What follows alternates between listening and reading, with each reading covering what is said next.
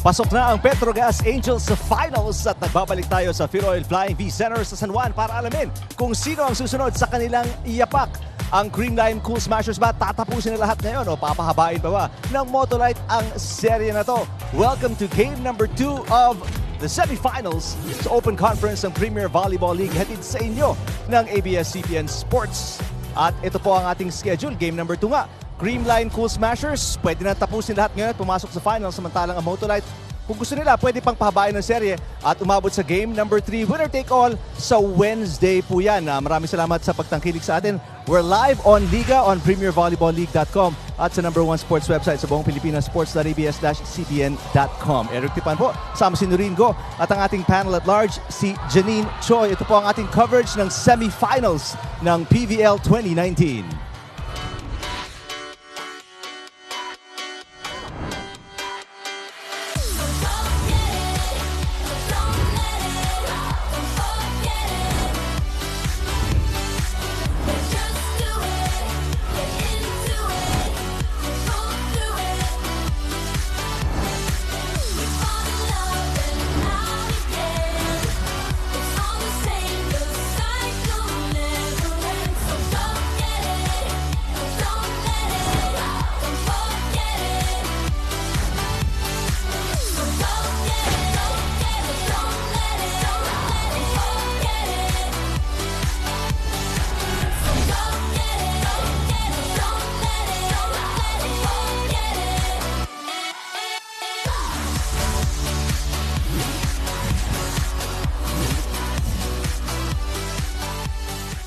Magandang araw po sa inyo mga kapamilya. It's day 2 of the Open Conference here. It's day 2 of the semifinals here in the PVL Open Conference at ilang minuto na lang ay magtatapat na ang Motolite kontra ang Creamline. Pero balikan muna natin ang kanilang unang pagtatagpo sa semifinals kung saan Creamline was down 1 set but they rallied and won the next 3 sets. Kaya naman nakuha nila ang 1-0 lead advantage coming into this game and they are 1 win away from facing Petrogas in the Open Conference Finals. That's right, Janine. Nakakakilig nga. Kitang-kita dito sa loob ng ating venue nyo rin kung gaano karami yung mga fans, naka-uniform pa sila. And so excited para malaman kung ano nga mangyayari after this game. Yeah, we're jam-packed crowd.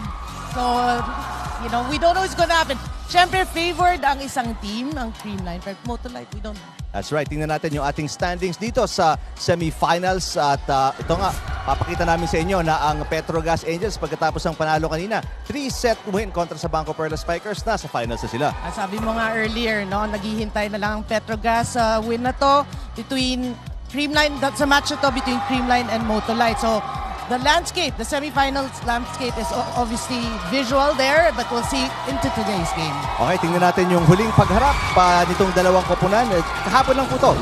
Game number 1 sa semifinals between Creamline and Motolite at nakasungkit nga ang Motolite na isang set. Yung unang set pa, rin, ano? Yeah, actually, this is a very interesting game kasi, much anticipated game to kasi with the return of Eliza and Gia, but Motolite challenged them nga in the first set, bringing in Iris Talanada, slowing down the pace and even won that set. But we know Creamline does Creamline things. They adjusted and eventually won the second, the third, and the fourth easily. You saw 14, 21, and 14.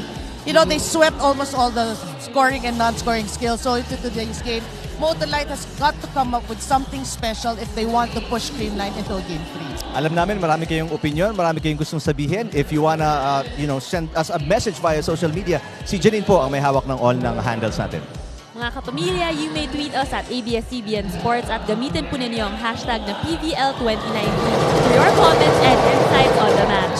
Also, check out exclusive photos on Instagram at ABS-CBN Sports. Make sure you keep up to date on all things about the Premier Volleyball League by visiting the country's #1 sports website, sports.abs-cbn.com. Also, please like, share, and follow our official Facebook page, which is now at 992,620 likes. Wow! Palaki ng palaki. At yun nga, paalala po namin, there is gonna be a prize for the 1 millionth liker, isang TV Plus Go. So please, like lang po ng like. We'll take a quick break. Pagbalik natin, pag-uusapan natin more about these teams, Creamline and Motolite. Diyan lang po kayo.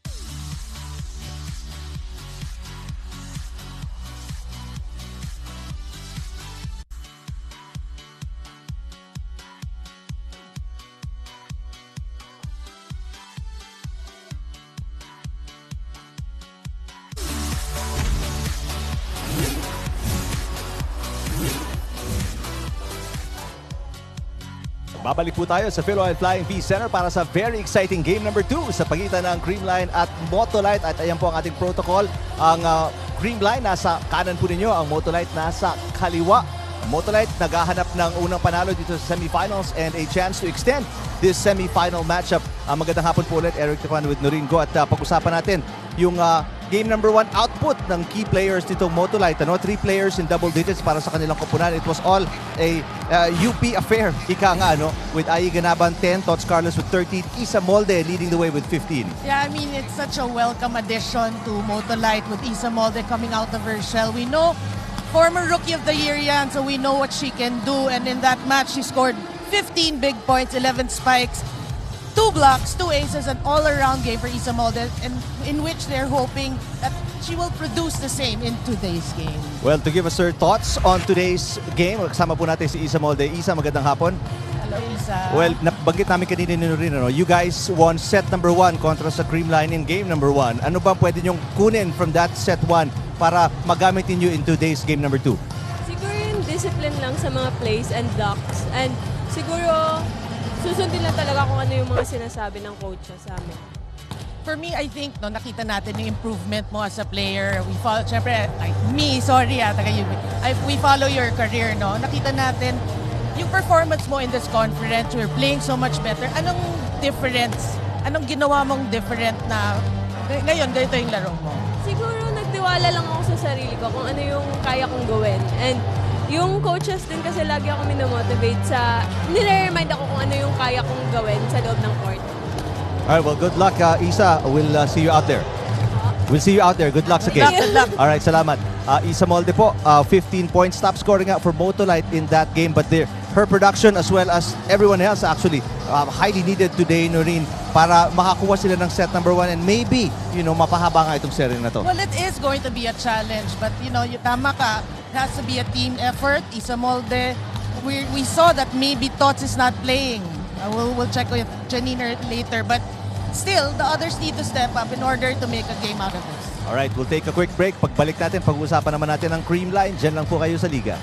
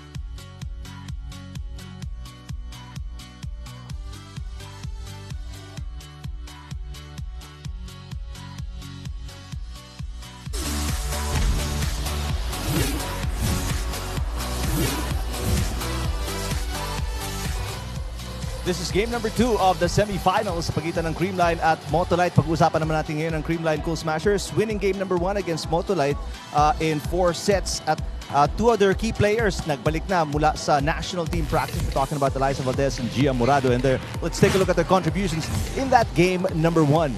Yeah, I mean, a lot of talk is like the team is doing fine, but then you have Eliza Valdez and Gia Morado back in action. Eliza Valdez 20 points, 16 digs. Gia Morado 3 points with 26 running sets. So we know they mean business. You know that they don't want to lose another set maybe. So today they mean business, and I feel that they want to win it in straight sets. Well, kasama natin ngayon Gia Morado to tell us about that game number 1. Well, Gia, first of all, you guys came from, you and Eliza returned from Japan, 5-day practice there. Late night na kayo nakarating, late Friday night, but you still came in. Game number 1 had all of your 5 attackers in the starting lineup in double digits. I mean, how did you prepare for game number 1 with that hectic schedule?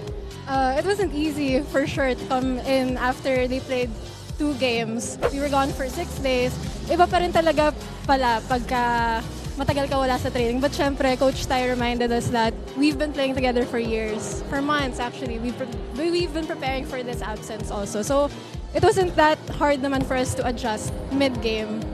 Yeah, well, I actually asked Eliza the same question I want to ask you, because a lot of your fans want to know your mentality. Is it different playing in the elimination round and coming into the semis? Like you as a setter, is it any different?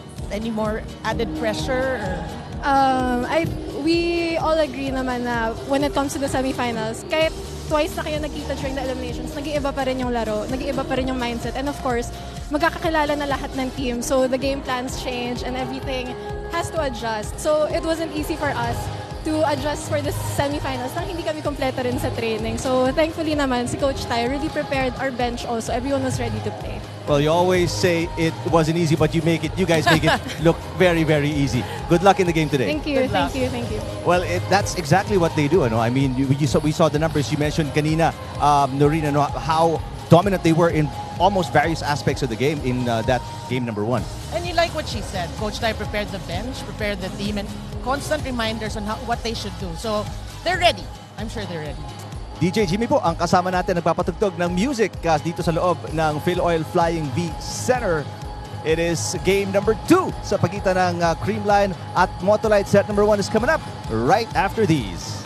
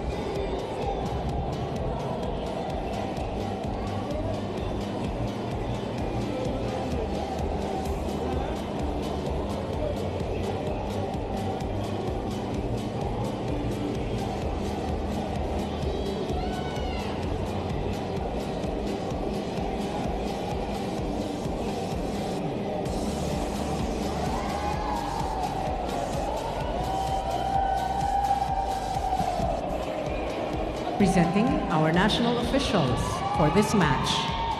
First referee, Mr. Bob Malena. Second referee, Mr. James Oliver Mora. Let's welcome our starters from our Motolite volleyball team.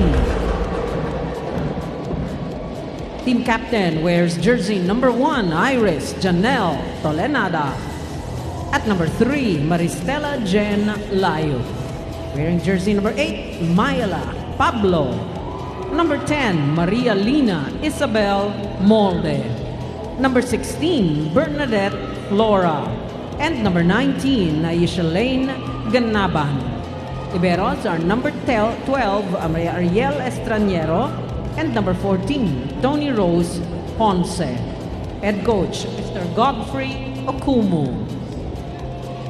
Calling on our Creamline Cool Smashers. Their team captain wears jersey number 2, Eliza Valdez. At number 7, Michelle Teresa Gumabaw. Wearing jersey number 10, Maria Paulina Soriano. At number 12, Julia Melissa Morado. Number 13, Celine Domingo. Number 15, Jessica Margaret Galanza. Liberos are number 11, Kyla Atienza, and number 22, Melissa Gohim. Head coach, Mr. Anusorn Tai Bundit. This is match number 76.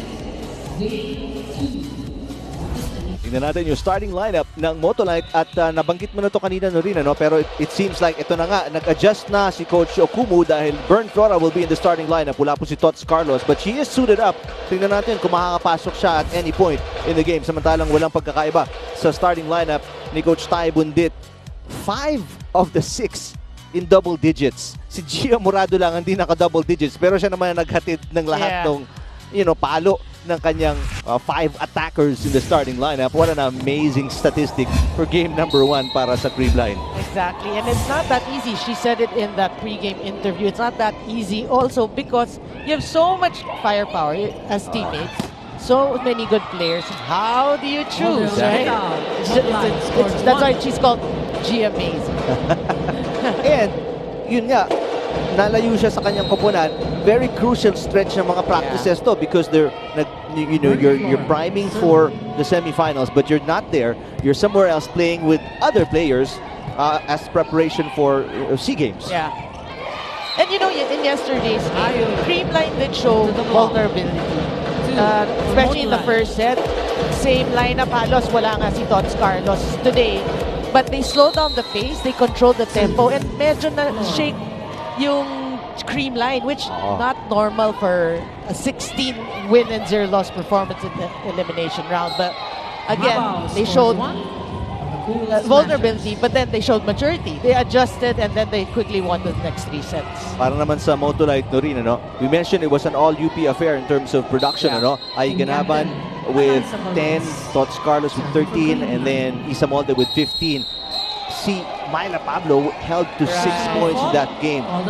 What will Coach Okumu do today to get everybody fired up? Because it's now or never para sa Motolite. Well, really, Myla Pablo, that you mentioned it. It's good you mentioned it. That 6-point performance is really way out of her league. Myla Pablo, 6 points in 4 sets. And, well, but it happens, the stat says it all. So obviously, today's game, Coach Okumu sabi mo, has to be a vital part in trying to boost her confidence. Even her teammates, she'll get blocked. She is the marked woman for Motolite. We know that. Of course. She will get blocked, but it's up to her teammates to support her. Coverage should be there to constantly give her that confidence to keep hitting. And eventually, we know she'll get her points. Because she's not called Bagyong Pablo for nothing. You know what I mean? Exactly.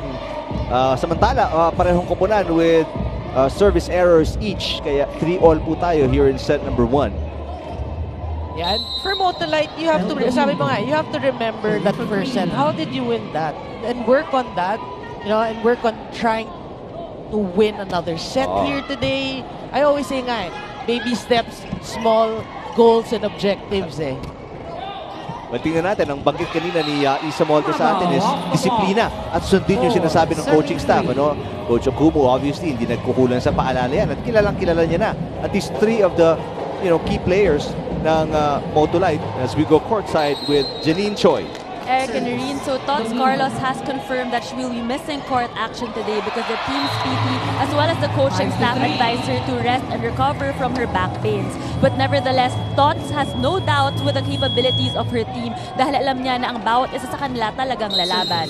Sinabi niya na hindi naging biro ang proseso para makaabot sila dito sa semifinals at hindi rin naging biro ang proseso na mabuo ang koponan ng Motolite kaya alam niya na bawat isa sa kanila talagang hindi susuko. Ang paalala ng coaching staff sa kanila, dapat maniwala silang walang imposible basta magtiwala lang sila sa kanilang kakayahan at sarili. Balik sa inyo, Eric at Marie. Maraming salamat, Janine. We mentioned it. She suited up. Nakita nyo naman, naka-uniform pero hindi nga makakalaro dahil sa back issues for Tots Carlos.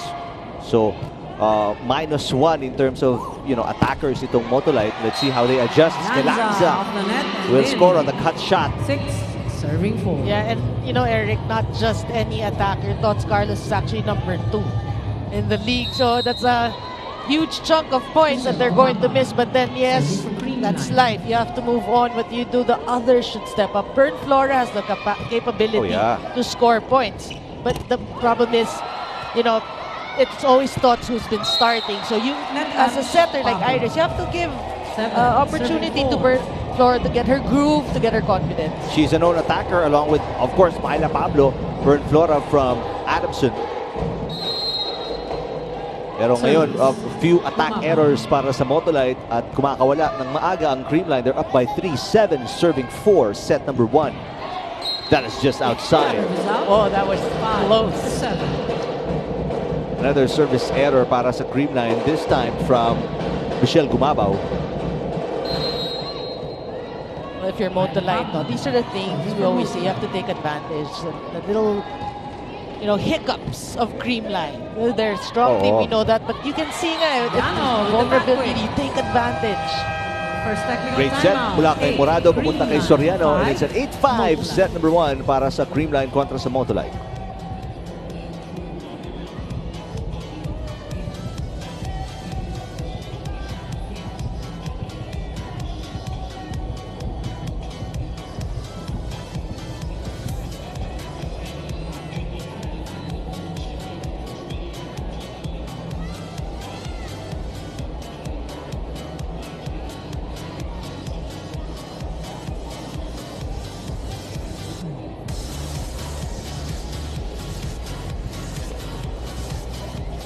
Pool Smashers off to a good start. Lamang sila ng 3 dito, 8-5 kontra sa Motolite in set number 1 after winning the first game in 4 sets. At ngayon, pwede nga silang pumasok na sa finals pagkatapos kung matalunin nila dito ang Motolite. Ang Petrogas po nasa finals na after a sweep kanina kontra sa Banco Perla Spikers. And sa mga nag-iisip, so kailan kung matapos ngayon, kailan ang game number 1 ng finals? It's gonna be on November 6th. Matagal-tagal pa. Wednesday. So matagal-tagal pa. Put that in your schedule na sa calendar niyo para hindi niyo makakalimutan. Of course, we have to give opportunities for these people to go to their provinces and for November 1. Undas, oo. Push there. Uy, ang ganda naman ng play na yun. I don't know if that was drawn up.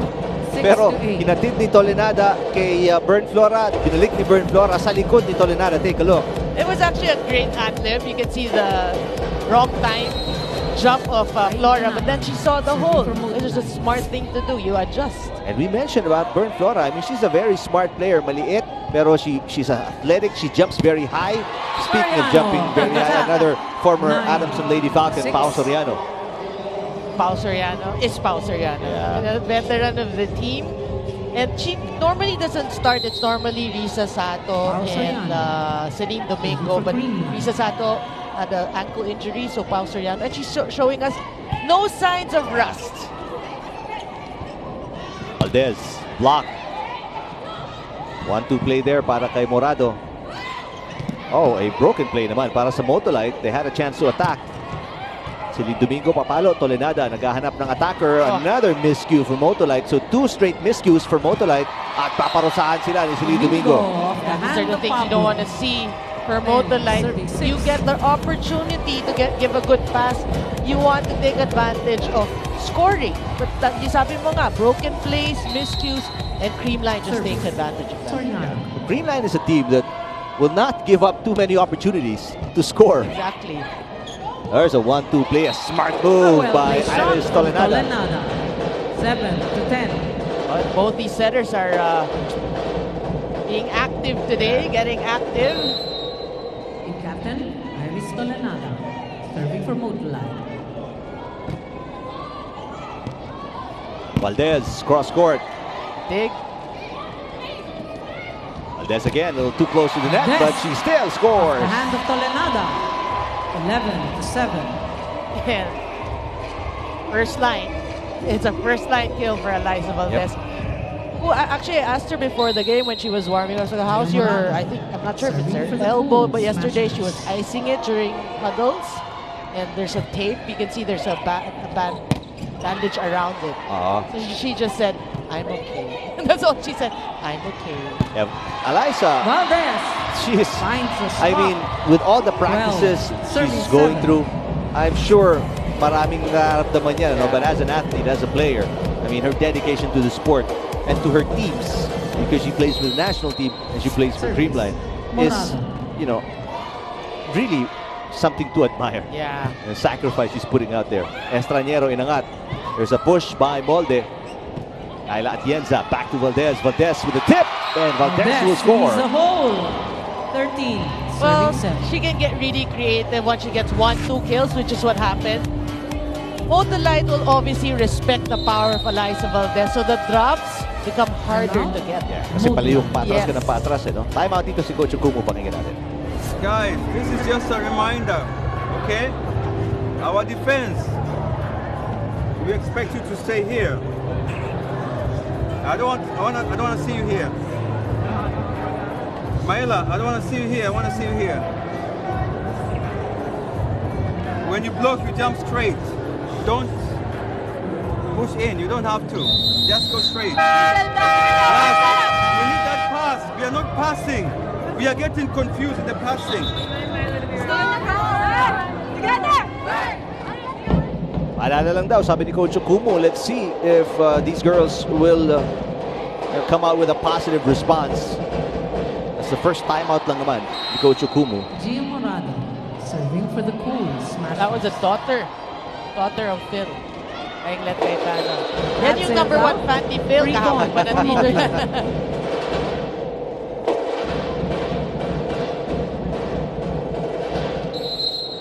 Burn floor. So Eric, Myla now is in front. I think it's time for Myla Pablo to get over the a block. lot of sets so she can get going and become the Bagyong Pablo that she's known to be. Well, we mentioned only 6 points Yeah. in game number 1, and that was a 4-setter, so very unlike Myla Pablo, way below her average and her capabilities, of Yes. course. But these miscues are killing Motolite ngayon, or service reception errors, and you can see, you know, they seem to be body language wise, you know, they don't seem to show a lot of emotion right now. Yeah. I also mentioned that in yesterday's game. I'm used to Iris. You know, every time she's the one who starts the match, she's the one, come on, she's pumping her team Fired up. I think they need that. They need that. And now points are getting easier and easier para sa Creamline as Michelle Gumabaw with a soft hit there and still scores 16-8 Creamline kontra sa Motolite set number 1.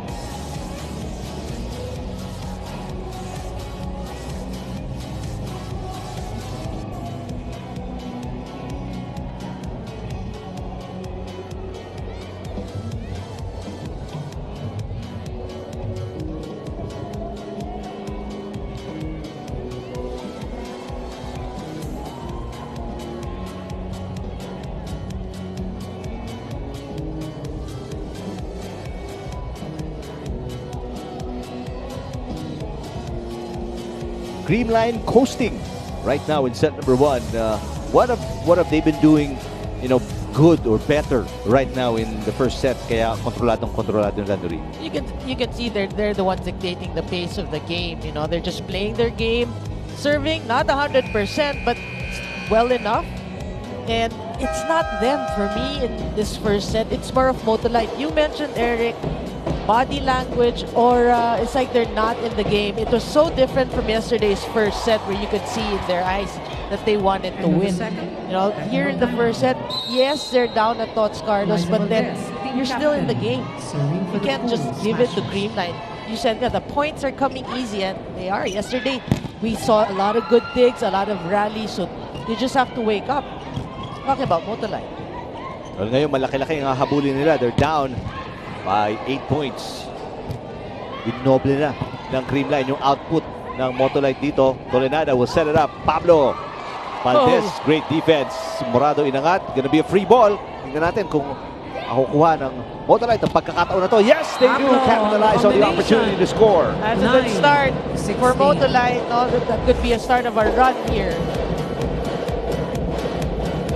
And if you're a fan of Motolite, this is what you want to see. Binigyan ka ng libreng bola, you know, take the chance. Yes, yes. And go for it, you know. Yesterday kasi we would see the sets were kind of far for Myla Pablo, so she couldn't get her groove going. That's a good adjustment, you know. Do a combination, make her do the tres.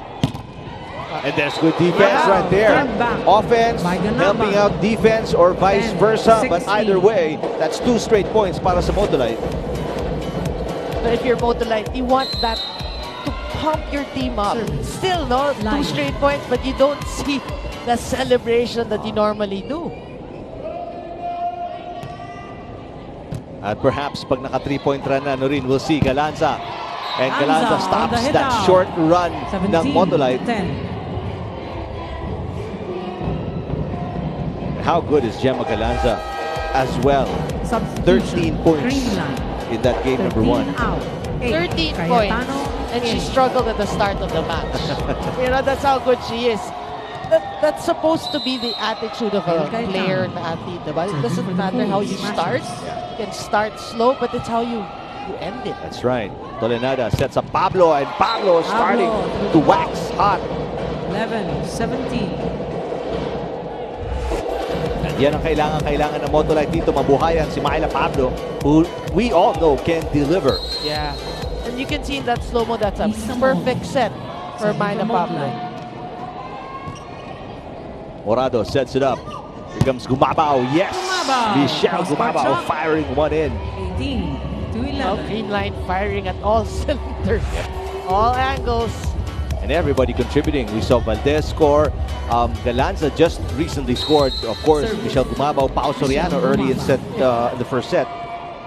So everybody getting involved sa opensa para sa Creamline. That's an over-receive. And an easy kill para sa isang Gemma Galanza. 19. Yeah, that was an over-receive, you're right. But then Gemma Galanza hit it, but you saw the ball drop without the effort. Bola, no, yung habol. Yeah. But timeout ulit. Si Coach Okumu, pakinggan natin. Again, let's know that pass. Okay? If you want to push it in the middle where the setter can reach it, and then she can drop on the other side. Yeah, but don't send it too much this side. I want you to go back. You guys, go back to this side. Then you start the operation from this end. Okay? Yeah, so you can either play here, you go for the 3. Okay? But we need that pass because we have to use the quicks. We are not using the middle anymore. We want to use the middle. Okay? Yeah. No, she has to start on that side. Yeah. Okay?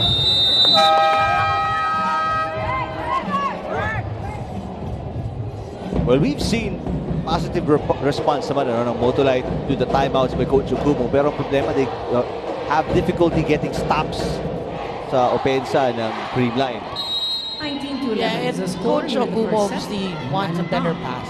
Exactly, because you want to take advantage of your centers. To be able also to free up your outside hitters. 20-11. Speaking of hitters, Myla Pablo sending one outside. So balik sa 9. Actually, this is the biggest lead of Creamline. Kanina, 8 ang pinakamalaki. 9 na po ngayon. 20 serving 11. Ooh, that is just outside from Gumabao. For Motolite. Yeah. Prior to that service, I was going to say that substitution. You know, if you're Motolite, you 7 out, have to minimize your errors because Creamline isn't giving up a lot of errors in this first set at least. Service, Myla Pablo. Good save by Vargas. Vargas again in the right place at the right time. Galanza cross court. There's a net violation kontra sa Motolite. A wasted opportunity. That was a great thing. But then a net violation negates that, obviously. Back to a 9-point lead for Creamline. Serving for Creamline. Galanza. Siniswerte Motolite dito no? Dahil medyo marami-rami itong service errors ng Creamline. Let's see if they can really take advantage of these tiny opportunities, these easy points na nakukuha nila. I think for Motolite, it's important the mindset coming in. Well, at least, okay, you're down 13 serving 21. What are you going to do right now? Rally. Exactly. Get yourself back, get back in the game. Valdez, inangat. Standing spike para kay Galanza. Aatake Pablo from the back row. Vargas with the up. Valdez through with a block. Binuhay ni Tolenada. Bird Flora. Rally continues. Pao Soriano in the middle. Yes. The back quick. Wow. Pao Soriano is 13. all fired up in today's game. Look at this. Wow.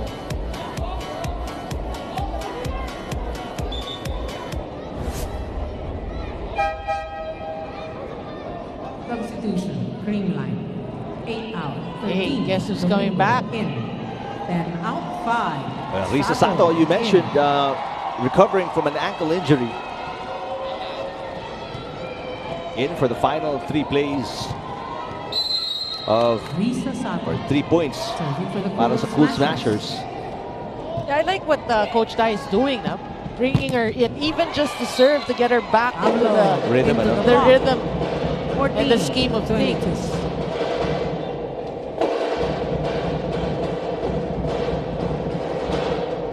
Full front line now for Motolite. Hopefully they can take advantage and maybe score some points and get momentum. We always say that going into the next set. Valdez turn back. Naputusan ang Motolite itong Creamline. They're down by 7 still, but hindi malayo na umabol at makabalik itong Motolite with the way they're playing. They're starting to get some momentum here. A good read there by Layok. And the serve is outside. Yun lang ang masakit doon. I mean, you're trying to keep the momentum or, iangat pa yung level ng momentum pero then you serve outside. So Creamline. 17 out. 7. You're killing your own run. That's right. So Gia Morado now 2 points away on Creamline from taking set number 1. Let's remember they lost the first set in game number 1.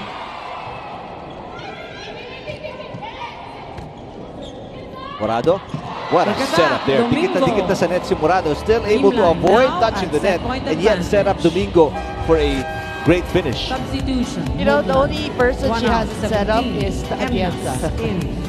That's right. You mentioned everyone already earlier. Domingo with that kill. Okay, it's now Morado and Atienza's turn to score the point. Captain for Motolite.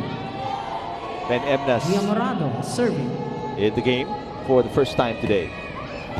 Serve. Set point para sa Creamline. Not just yet. Sabi ni Bird Flora, 24. paisa muna.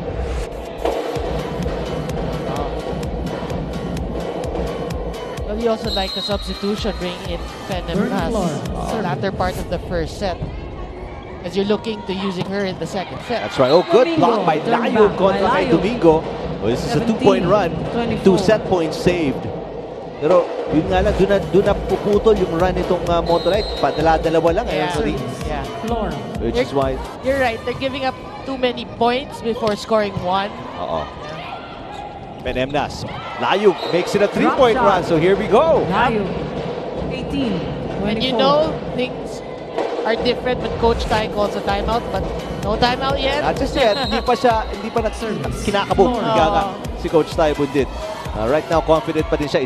Isang kailangan nila ay makukuha na agad without calling a timeout. Valdez And yes, Valdez Valdez ends the delivers set for Creamline. as per usual. 25-18. When needed. When needed, you go to your best player, and she will not disappoint. Eliza Valdez delivering the final shot, and Creamline, they take set number 1 kontra sa Motolite here in game number 2.